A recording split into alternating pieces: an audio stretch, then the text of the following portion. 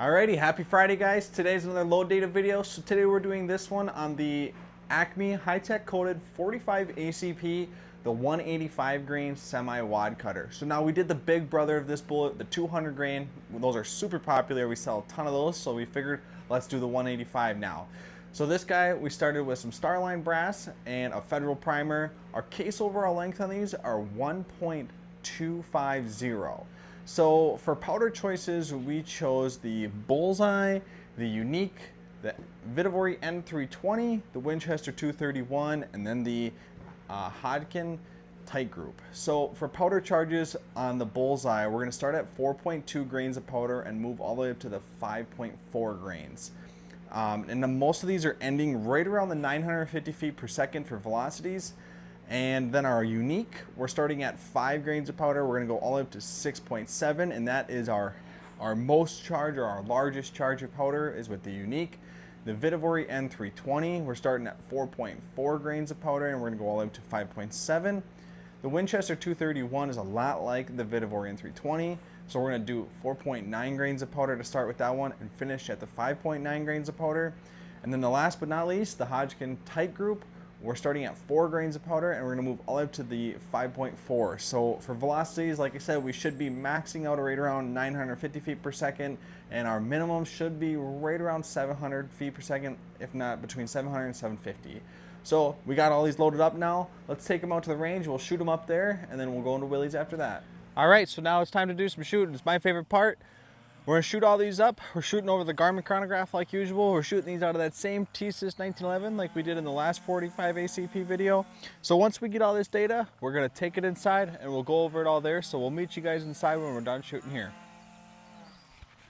Alrighty, so now we made it off the range and now we're into Willie's. So let's talk about the nitty-gritty data part of it all. So the ACME Hi-Tek Coated 45 ACP 185 grain Semi Wad-Cutter. This is the baby brother of the previous video that we did, which was on the 200 grain Semi Wad-Cutter. So for this one, case overall length is 1.250.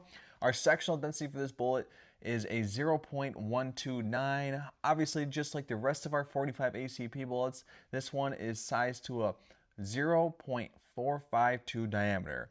Now we shot these ones out of the same TSYS 1911. I understand it's not the Cadillac of 1911s like I said in the other video, but we like this thing. It shoots good and it's something we had that we wanted to just try it out and give it a shot.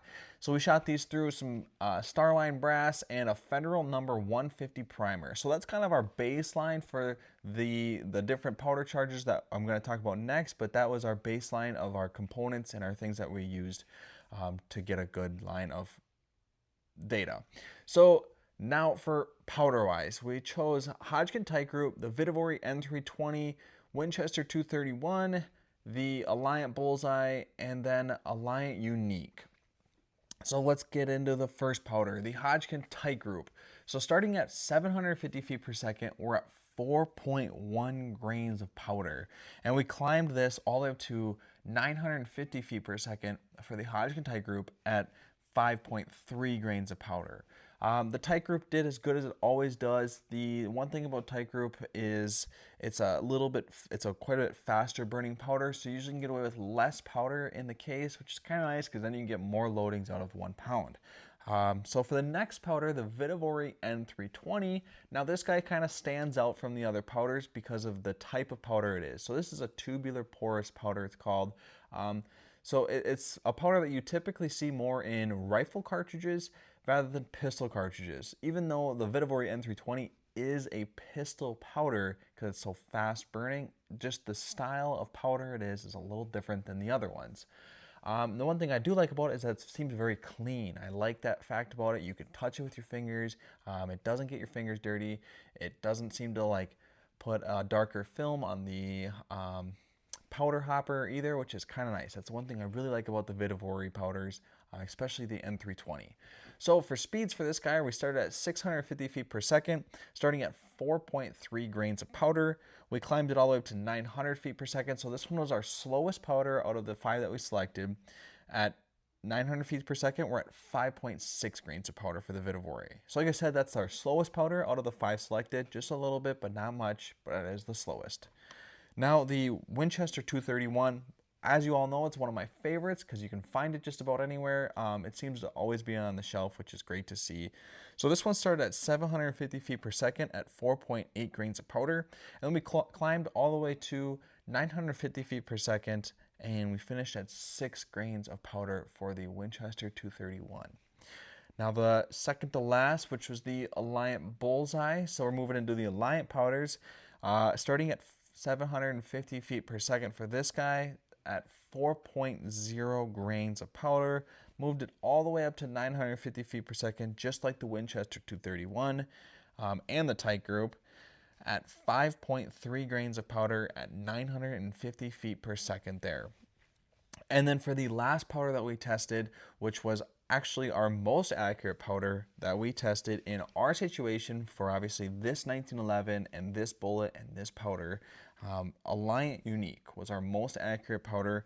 So this one started at 700 feet per second at 4.9 grains of powder, and we climbed all the way up to 950 feet per second at 6.5 grains. And the cool thing about Unique is it's very, very fluffy powder. So it takes up a lot of the space in the cartridge, which I like to see. I like to see a good case fill. That's always my preference on loading.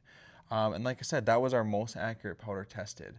So these are our different powder charges and kind of our load data chart that we made up here for you guys. So you guys can pause the video here if you'd like, take a look at it, kind of get all that data in, and use this data and go reload some of yourself and see where you guys come out at. And so this should be a good baseline for you guys here.